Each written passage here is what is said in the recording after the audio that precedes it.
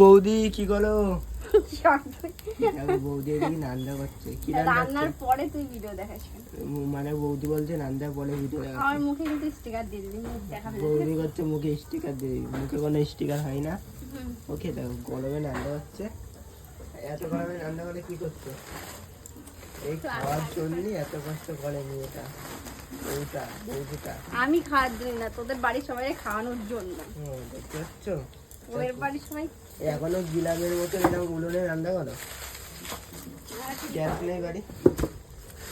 টাকা বাঁচাচ্ছি তো দাদাটা। কালার এই তো ফুড কালারের কত? হ্যাঁ, দাদারে ফুড কালার খাওয়ায় খায় ভুড়িটা বানাচ্ছে।